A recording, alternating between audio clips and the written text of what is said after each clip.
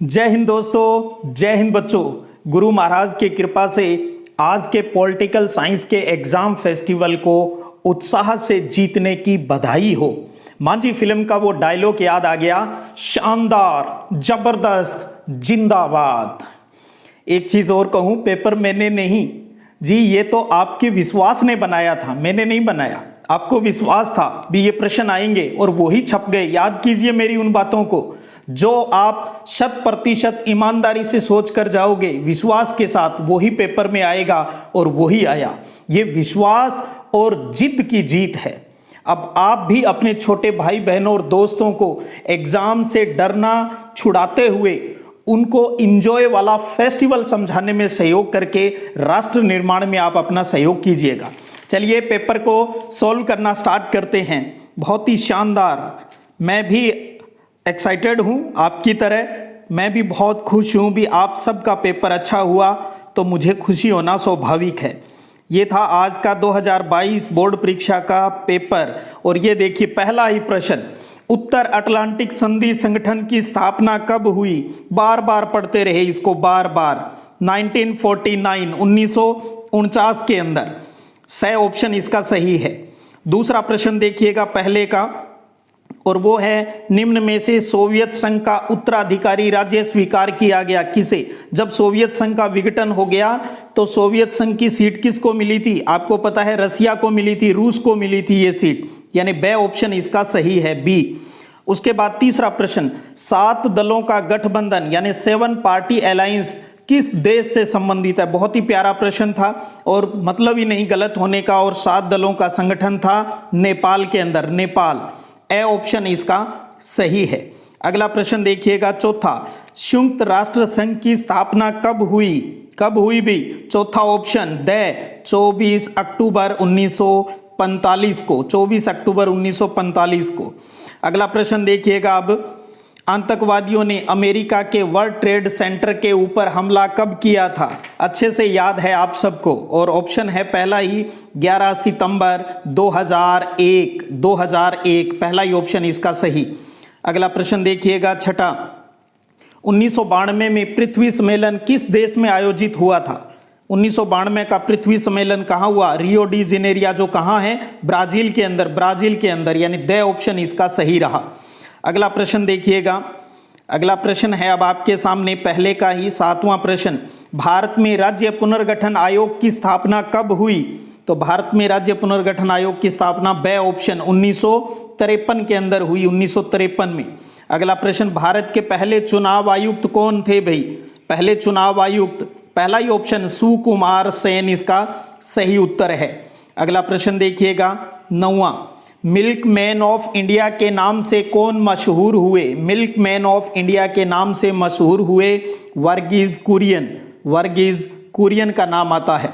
अगला प्रश्न देखिएगा 10वां प्रश्न पहले का ही, गरीबी हटाओ का नारा किसने दिया था? गरीबी हटाओ का नारा किसने दिया था? सही ऑप्शन इंदिरा गांधी, इंदिरा गांधी।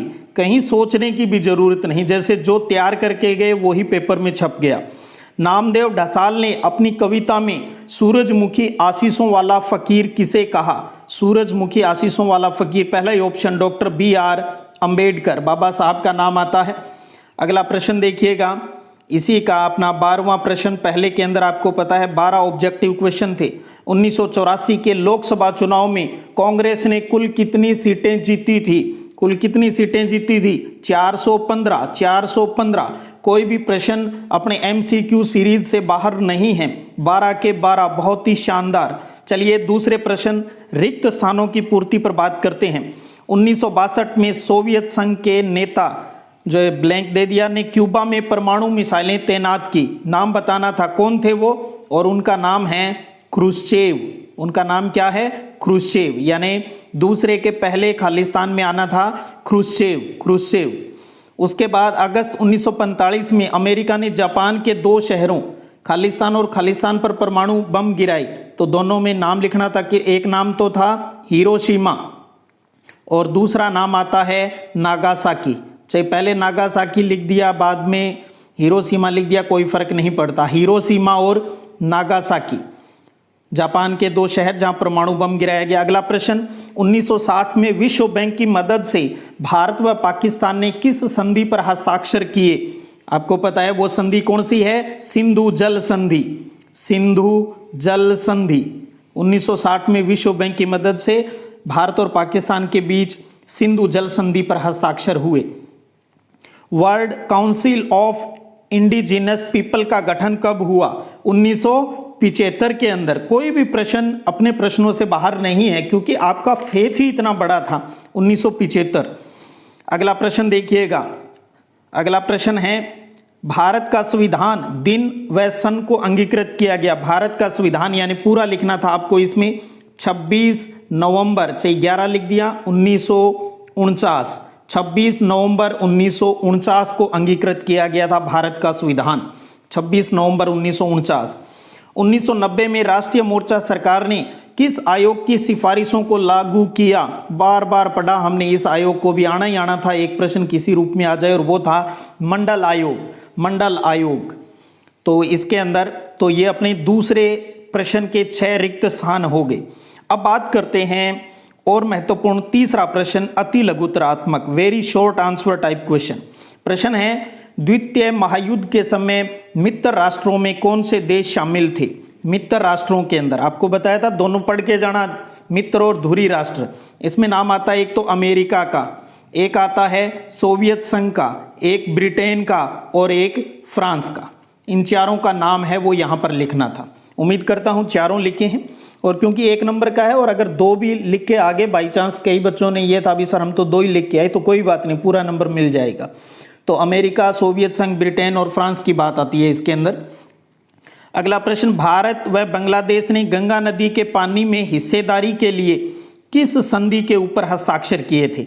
गंगा नदी के बंटवारे को लेकर, पानी को लेकर, वो संधि कौन सी थी? फरका संधि। फरका संधि। फरका संधि किन के बीच हुई? भारत और बांग्लादेश के बीच फरका संधि का नाम आता है इसके अंदर। अगला प्रश्न है, संयुक्त राष्ट्र सुरक्षा परिषद के स्थायी सदस्यों के नाम लिखिए। स्थायी सदस्य 5 थे, भी 5 देशों के नाम लिखना था, याद होगा, ABC और रफ, यानी अमेरिका, ब्रिटेन, चीन, रसिया और फ्रांस का नाम आता है। तो 5 देशों के नाम लिखने थे इसके अंदर। एक आधा नहीं लिखा तब भी कोई दिक्कत नहीं। सुरक्षा की अपारंपरिक धारणा के 2 पक्ष बताइए। चौथा प्रश्न देखिए, सुरक्षा की अपारंपरिक धारणा के 2 पक्षों की बात थी, तो एक आता है इसके अंदर मानवता की सुरक्षा, मानवता की सुरक्षा, और दूसरा आता है विश्व सुरक्षा। ये 2 महत्वपूर्ण पक्ष थे इसके, मानवता की सुरक्षा और विश्व की सुरक्षा। अपारंपरिक धारणा के 2 महत्वपूर्ण पक्ष कर चुके हैं अपने इनको। अगला प्रश्न देखिएगा, जैविक हथियार संधि BWC सर्वप्रथम कब हुई थी? 1972 के अंदर। BWC कब हुई? 1972 में। अगला प्रश्न है, मानवता की साझी विरासत में क्या शामिल थे? याद कीजिए 4 पॉइंट हमने इसमें किए थे भी। एक तो पृथ्वी का वायुमंडल, एक तो था इसके अंदर वायुमंडल की बात आती है, दूसरा था इसके अंदर हमने पढ़ा अंटार्कटिका, अंटार्कटिका, तीसरा नाम था अपना समुद्री सतह का, समुद्री सतह, और चौथा नाम आता है बाहरी अंतरिक्ष, बाहरी अंतरिक्ष। तो ये 4 पॉइंट इसमें लिखने थे। एक चीज बता दूं, जहां स्पष्ट क्लियर नहीं भी 2 लिखो 4 लिखो, तो वहां अगर आपने अगर चारों नहीं 2 लिख दिए तो भी नंबर मिल जाएंगे, कोई दिक्कत नहीं है।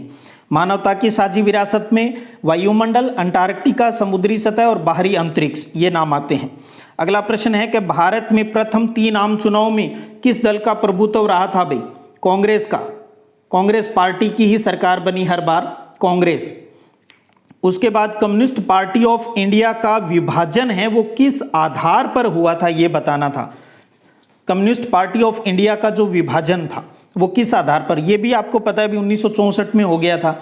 उस टाइम क्या हुआ, जो चीन और सोवियत संघ की यानी USSR की विचारधारा का अंतर आ जाने के कारण इस आधार पर हुआ था। चीन और सोवियत संघ की बीच विचारधारा का अंतर हो जाने के कारण कम्युनिस्ट पार्टी ऑफ इंडिया का विभाजन हुआ था, इतनी बात लिखनी थी।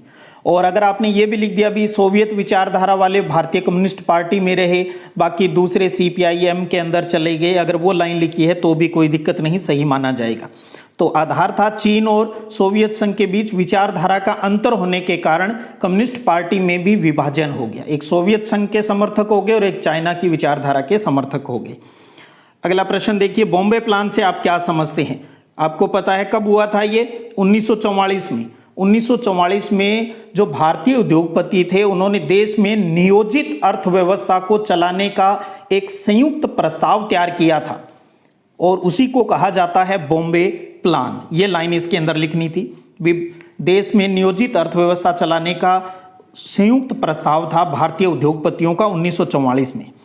अगला प्रश्न है, 1989 में राष्ट्रीय मोर्चा सरकार को किन दो परस्पर विरुद्ध राजनीतिक समूहों ने समर्थन दिया? 1989 में राष्ट्रीय मोर्चा की सरकार बनी, उसमें किन दो पार्टियों ने उसको समर्थन दिया जिनकी विचारधारा उनके जैसी नहीं थी? बस यही था भी मिलने का, भी कांग्रेस को बाहर रखा जाए। तो वो दो पार्टियां थी भाजपा और वाम मोर्चा, भारतीय जनता पार्टी और वाम मोर्चा, ये दो राजनीतिक दल थे जिन्होंने राष्ट्रीय मोर्चा सरकार को समर्थन है वो दिया था। उसके बाद प्रश्न है, बहुजन समाज पार्टी के संस्थापक कौन थे? तो बहुजन समाज पार्टी के जो संस्थापक थे उनका नाम है कांसीराम। कांसीराम, बहुजन समाज पार्टी के समर्थक कांसीराम। अगला प्रश्न देखिएगा, अगला प्रश्न है 12वां, तीसरे का ही अपना, बाम सेफ का प्रमुख उद्देश्य क्या था? बाम सेफ आपको पता है ये दलित जातियों का एक राजनीतिक संगठन था और इसका स्थापना का उद्देश्य पूछा है यहाँ पर भी, प्रमुख उद्देश्य क्या था? तो इसका उद्देश्य था बहुजन अर्थात जो SC, ST, OBC और अल्पसंख्यक जो थे उनको भारतीय राजनीति के अंदर हिस्सेदारी दिलाने वाला ये संगठन था। भी बहुजन यानी SC, ST, OBC और अल्पसंख्यकों को राजनीति में हिस्सेदारी मिले, यही बाम सेफ की स्थापना का प्रमुख उद्देश्य था। आपको पता है बाम सेफ आगे जाकर फिर बहुजन समाज पार्टी BSP बन गया था। तो उद्देश्य था भी बहुजन को राजनीतिक पार्टी के अंदर हिस्सेदारी दिलवाना, ये इसका प्रमुख उद्देश्य था स्थापना का। उसके बाद में खंड ब स्टार्ट हो जाता है जो कि 2-2 नंबर के थे। आपने इन पेपर के इन क्वेश्चनों को देखा है अच्छे से, एक भी प्रश्न ऐसा नहीं है जो अपनों ने इंपॉर्टेंट सीरीज के माध्यम से नहीं किया। चाहे शीत युद्ध के दौरान छोटे देश महाशक्तियों के लिए क्यों उपयोगी थे, 2 कारण बताइए, तो इतना ही किया था अपनों ने। गुट निरपेक्षता की नीति ने भारत का हित साधन किया है, कोई 2 तर्क बताइए, ये भी था। शॉक थेरेपी को संक्षेप में थोड़ा बताना था भी क्या है और इसके अंदर क्या क्या हुआ, वो चीज़ें इसके अंदर स्पष्ट करनी थी। सोवियत संघ के विघटन के 2 प्रभाव है वो आपसे पूछे थे। आपको याद है जब हम अंतर्राष्ट्रीय संगठन कर रहे थे तब मैंने आपको कहा था भी जरूरी नहीं इस चैप्टर से मैचिंग वाला प्रश्न आए, मेरी एक एक बात पर गौर करें कही हुई, तो उस चैप्टर से मैचिंग वाला प्रश्न नहीं आया। गौर है ना आपको अच्छे से? श्रीलंका में लिट्टे की क्या मांग थी, भारत पाकिस्तान के बीच तनाव के 2 कारण, यानी जो भी विरोध वाली बातें थी वो सारी कर चुके हैं। क्योटो प्रोटोकॉल पर टिप्पणी अच्छे से कर चुके हैं। भारत के स्वतंत्र होते ही उसके समक्ष अनेक चुनौतियां थी, 2 को संक्षेप में बताइए। 3 चुनौतियां हमने पढ़ी और मैंने कहा था या तो हो सकता है तीनों के नाम आ जाए और या उनमें 2 में से किसी के बारे में थोड़ा सा लिखना आ सकता है, तो उसी प्रकार का प्रश्न है। कांग्रेस की सामाजिक और विचारधारात्मक संगठन के रूप में टिप्पणी करनी थी। ऑपरेशन फ्लड को हम कर चुके थे। प्रीवी पर्स क्या था, कैसे आया, उसके बारे में बात कर चुके थे अपनों ने।